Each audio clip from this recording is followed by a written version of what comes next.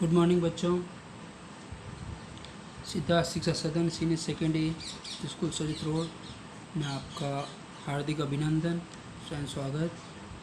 आज हम लेके आए हैं कक्षा 9 विषय संस्कृत व्याकरण अध्याय 5 संधि वो विसर्ग संधि उस और पार्ट 2। देखिए बच्चों, इस संधि को शुरू करने से पहले अपन एक बार रिकैप करते हैं कि पहले हमने पढ़ा था सत्व विसर्ग संधि, ठीक है ना। तो सत्व विसर्ग में पढ़ा था आपने कि इनको 3 भागों में डिवाइड किया गया, जो कि विसर्ग प्लस तथ वाला था, जो कि दंत्य वर्ण है। तो विसर्ग का स हो जाता दंत्य वर्ण, ठीक है ना। विसर्ग प्लस च था, और विसर्ग प्लस च जो कि आपको खुद को पता है कि ये तालव्य वर्ण है, च वर्गीय और शंकर, ठीक है ना, तालव्य वर्ण था, जिसको कि चुनाश्चु सूत्र से बदला। फिर विसर्ग प्लस टठ आया, और टठ आपको पता है कि मूर्धन्य वर्ण है, और मूर्धन्य वर्ण जो कि स, और मूर्धन्य आपको पता ही है कि दंता के ऊपर वाली स्किन है उसको टच करता है। इसको भी इष्टुनाष्टु सूत्र से दंत्य स को मूर्धन्य स में बदला। तो इस प्रकार देखा गया कि अपने विसर्ग संधि सत्व विसर्ग का भी जो भाग था फर्स्ट, उसको हमने अच्छी तरह से पढ़ा और आपने भी रिपीट किया होगा अच्छी तरह से। और अब हम आज लेकर आए हैं उत्व विसर्ग संधि। अब उत्व विसर्ग में क्या है बच्चों कि विसर्ग के दोनों तरफ अप्लुत अश्व, अप्लुत यानी कि जो प्लुत नहीं है, इसमें लंबी टेर नहीं लगाई जाती है, और ये मंत्रोच्चार में भी इसका प्रयोग नहीं किया जाता है। अप्लुत अश्व यानी कि अश्विनी छोटा स्वर हो तो वहाँ संधि करने पर ध्यान रखना, संधि करने पर विसर्ग के स्थान पर उ हो जाता है, ध्यान देना। बाद में यह उ अपने पूर्ववर्ती यानी पहले अस्वर के साथ मिलने से गुण एकादेश होता है। अब गुण, आपने गुण संधि पढ़ी होगी, आपने अदेंग गुण है ना, वो आपने पढ़ी है। तो उसमें आपको पता है कि अ प्लस उ बराबर क्या होता है, ओ हो जाता है। और साथ ही बाद वाले अकार को यानी कि अ को पूर्व रूप होकर अवग्र चिन्ह ये है, अवग्र चिन्ह में बदल देते हैं। तो अब देखिए आप सूत्र के अकॉर्डिंग अप्लुतश्व अ प्लस विसर्ग, फिर विसर्ग के बाद प्लस या धन अप्लुतश्व अ। अब अप्लुत अश्व यानी कि लघु यानी कि छोटा, अ ई उ री और री। और दीर्घ में क्या होगा, आ ई उ रे, ठीक है ना, आ ई उ रे, ए आई ओ आओ। कितने हो गए, 1 2 3 4 5 6 7 और 8 दीर्घ हो गए, अप्लुत स्वर 8, हस्व हो गए 5, 8 और 5 13 हो गए ना। तो संस्कृत स्वर 13 होते हैं। तो अब देखिए इसमें कि अप्लुत ह्रस्व अ प्लस विसर्ग। अब इस विसर्ग का क्या किया, अ प्लस उ बराबर ओ गुण आदेश हो गया, यानी गुण संधि के में ये चेंज होता है, ये तो आपको पता ही है। जैसे अपन ने पढ़ते हैं परोपकार पर प्लस उपकार, अ प्लस उ बराबर ओ हो जाता है। फिर देखिए आगे इसके बाद विसर्ग के बाद वापस देखिए अप्लुत ह्रस्व अ का हमने क्या किया, अवग्र चिन्ह किया, अवग्र का ये चिन्ह होता है। और इसमें प्लस और क्या होते हैं कि अ में भी इस प्रकार 3 का चिन्ह लगाए जाते हैं, आ अगर हो तो भी इसमें 3 का इस प्रकार चिन्ह लगाते हैं। और ओ उ म ओम बोलते हैं अपन, तो ओ उ म करते हैं, है ना। तो ये प्लस स्वर होते हैं जिसमें एक लंबी टेर लगाई जाती है, ठीक है। तो अब देखिए उदाहरण देखते हैं,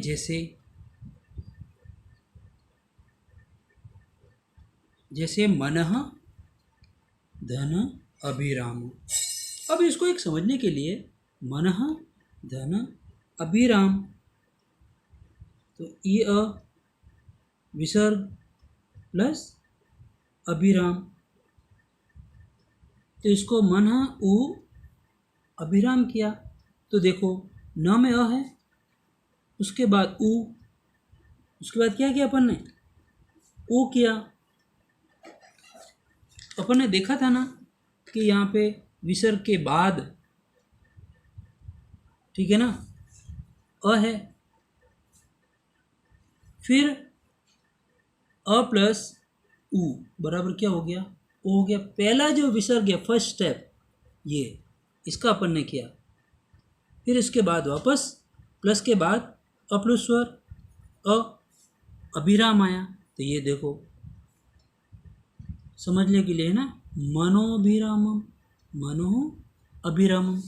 इसके बाद देखो विसर्ग का हमने क्या कर दिया, ओ कर दिया। यहाँ तक तो होगी बात खत्म, यहाँ तक बात होगी ना खत्म।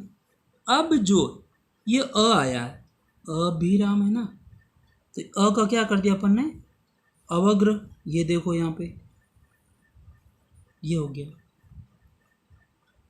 मनः अभिरामम। तो फिर यहाँ देखे मनः धन अभिरामम, तो ये देखो न है प्लस उ, तो ये हो गया न प्लस उ, ओ बराबर क्या हो गया, नो हो गया। तो मनो, और ये अभिरामम का ये अ है, अ का यहाँ कर दिया हमने अवग्र, अभिरामम मनो अभिरामम, ठीक है ना। सिंपल सी बात है कि हमेशा ध्यान रखना कि जो विसर्ग है उसका क्या कर दिया अपन ने, ओ, और अ है इसका क्या कर दिया अपन ने, अवग्र। तो देखो एक एग्जाम्पल और देख लेते हो, जैसे मान लो कर दिया चंद्रोपी। देखो ये चंद्रोपी क्या अपन तो संधि थी, संधि विच्छेद करेंगे, तो चंद्र धन अपि, तो यहाँ होगा क्या हो गया, विसर्ग। विसर्ग वापस ओ, अगर समस्त पद बनाते तो, और अवग्र का यह अ हो गया, संधि की ना अपन ने, और यहाँ अपन संधि करने के बाद समस्त पद बना रहे हैं, ठीक है ना, ये ध्यान देना। तो यशः धन अभिलाषा। अब बताओ अवग्र का ये विसर्ग का क्या करेंगे, ओ, ठीक है ना, हो गया है ओ। फिर प्लस के बाद देखो वहाँ पे अ का क्या करेंगे, अवग्र, तो यशो अभिलाषा, ठीक है। फिर देखो कह धन अपि को अपि, विसर्ग का क्या कर दिया ओ, अ का क्या कर दिया अवग्र। फिर सह धन अत्र सो अत्र, तो विसर्ग का ओ और अ का अवग्र। देखो यहाँ पे कंप्लीट, ठीक है ना। ये तो अपन ने बनाया है कि वापस जो ऊ करेंगे, ऊ से वापस अ और ऊ प्लस ये बनेंगे, यूँ किया, ठीक है ना। चाहो तो ऐसे भी आप समझ सकते हो, लेकिन ये लंबी प्रक्रिया यहीं मैंने बता दिया आपको, तो यहाँ डायरेक्टली चीज़ अपने को पढ़नी है, ठीक है ना। एक बार आप ये कंटिन्यूटी नहीं रहेगा, नहीं तो लंबा हो जाएगा थोड़ा सा। ये यहाँ पे था पहले से, यहाँ मैंने बताया था आपको कि किस प्रकार ये अ है, न में अ है, ऊ है, प्लस ऊ हो जाएगा, ठीक है। वैसे की वैसी ये प्रक्रिया सभी जगह चलेगी। देवः धन अधुना, तो यहाँ फिर विसर्ग ऊ करो, ऊ से फिर अ प्लस ऊ बराबर ओ बनता है, ये किया, तो यहाँ डायरेक्ट अपन कर रहे हैं। तो विसर्ग का अपन ने ओ कर दिया, और ये प्लस के बाद धन के बाद अ है, अ का क्या कर दिया, अवर कर दिया। बस यही करना अपने को, नहीं तो फिर यहाँ अपन करते हैं ऊ हुआ, ठीक है, प्लस अ है,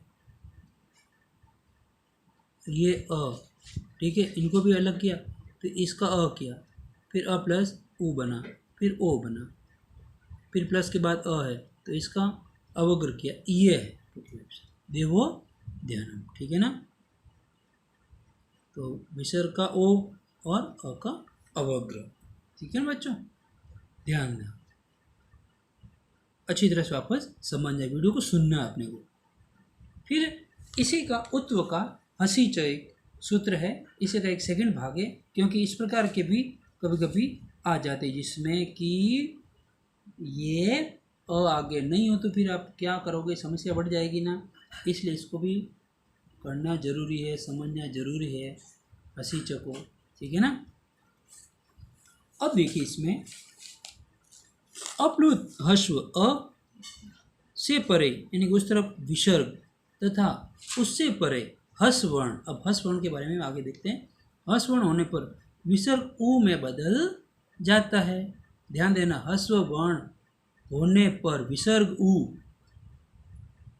में बदल जाएगा, और पूर्व ऊ पूर्ववर्ती, फिर ऊ जो है ना पूर्ववर्ती अ के साथ जुड़कर, अ प्लस ऊ बराबर ऊ हो जाएगा ना, साथ जुड़कर ओ में गुणादेश हो जाता है। सूत्र को देखो, सूत्र देखते हैं अपन। अब सूत्र क्या कहता है, अप्लुत हस्व अ के बाद धन या विसर्ग या प्लस विसर्ग हो गया, उसके बाद धन हस्वर्ण, ठीक है। हस्वर्ण में देखिए ह य व र ल य म गण न म, ठीक है, ज भ घ ढ ज भ। मैंने आपको अंकों का खेल बताया था कि ये नंबर 4 पे आएंगे, ये नंबर 4 वाले हैं, ये नंबर 3rd वाले हैं। तो ज भ घ ढ और ध, ठीक है। फिर रहते हैं जब गढ़ द, तो इस प्रकार ये हस्वर्ण है। ये क्या होगा कि जो पहला जो प्लस था उसके बाद विसर्ग है, विसर्ग के बाद हस्वर्ण है। अब उस विसर्ग, ये जो विसर्ग है इसमें अ प्लस ऊ बराबर ओ गुण आदेश हो जाता है। अब गुण आदेश किस प्रकार होगा वो देखो, हस्वर्ण को आपको समझना कि ये हस्वर्ण है, ठीक है ना।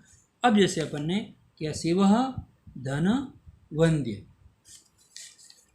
अब ध्यान देना कि अपलोड स्वर ये वाला किस वो क्या है, व्यंजन है। अब इसमें से स्वर को बाहर निकालेंगे तो ये रह जाएगा आधा, ठीक है। इसके बाद ये आया, वो आया, इसके बाद विसर्ग, विसर्ग देख लो यहाँ पे, फिर ये प्लस है, प्लस के बाद क्या है हस्वर्ण, ये व है, तो यहाँ देखो देखें वो है क्या, ये व रहा, हस्वर्ण है ये ना, हस्वर्ण। तो हस्वर्ण जो देखा अपन ने, तो फिर इसमें क्या हुआ, वंध्य हो गया। तो फिर इसमें अपन ने क्या किया कि विसर्ग का अ प्लस उ, तो फिर इसमें ऐसा किया अपन ने, शिव उ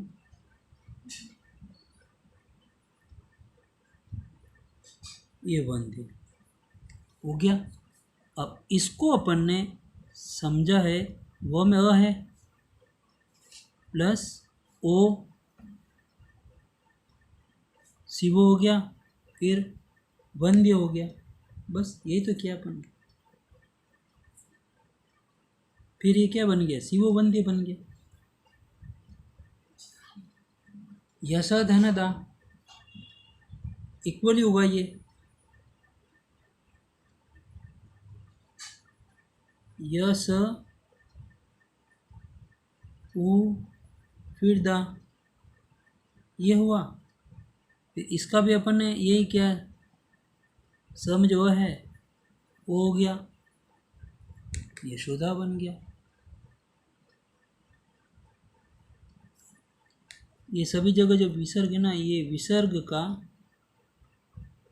हो रहा है। ये मन धन हर, तो ये दा, ये द, ये व, ये ह, ये सभी क्या हर्ष वर्ण है। इसका भी आप देख लो भले,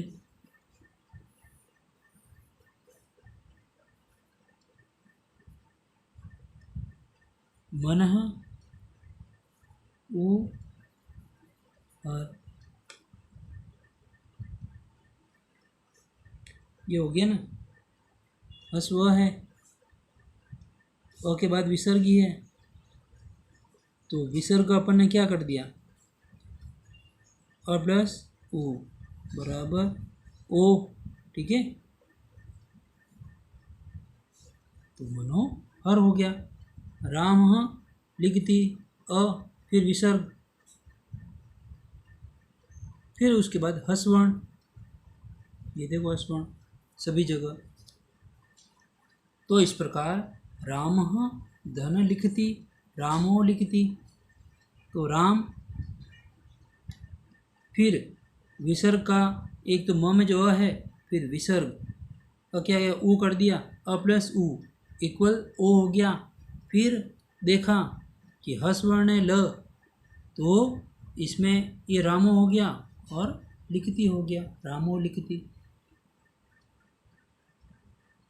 तो इस प्रकार आपको अच्छी तरह से सुनना है, समझना है, देखना है।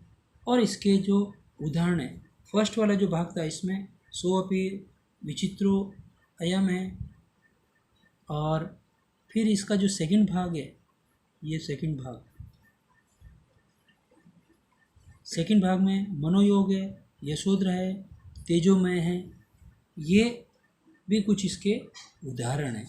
तो आपको अच्छी तरह से करना है, ठीक है ना। इसके उदाहरण भी आपको देने, नोट्स अच्छी तरह से बनाना, जो कि एग्ज़ाम के वक्त आपको अच्छी तरह से समझ में आ जाए, अच्छी तरह से पढ़ सको। जिस प्रकार मैंने ये चीज़ें बताई आपको, उसी प्रकार ये कार्य करना है और समझना भी है। वीडियो एक नहीं 2 बार सुनना है, बार बार सुनना है, जिससे आपको अच्छी तरह से पता रहे कि कौन सा शब्द कहाँ यार किसका गुण आदेश हुआ, कौन सा दीर्घ हुआ, कौन सा हस्व हुआ, कौन सा अपलु स्वर है, कौन सा प्लुस स्वर है, कौन से हस वर्ण है, कहाँ विसर्ग लगा, ये आपको ध्यान से देखना है। अब एक नहीं 2 बार समझोगे, वीडियो सुनोगे, फिर जो कॉपी में लिखा हो उसको भी साथ साथ रिपीट करते रहोगे, तो ये चीज़ होगी। नहीं तो फिर आप आगे आगे पढ़ा रहे हैं और पीछे पीछे भूल रहे हो, ये ऐसा नहीं। रेगुलरिटी बनाए रखें, ठीक है। और ये जो आपको सामने प्रश्न दिखाई दे रहे हैं, ये आप भी प्रश्न आपको अच्छी तरह से सुनना है, समझना है, और वीडियो को सुन कर के इन प्रश्नों के उत्तर आपको ढंग से देने।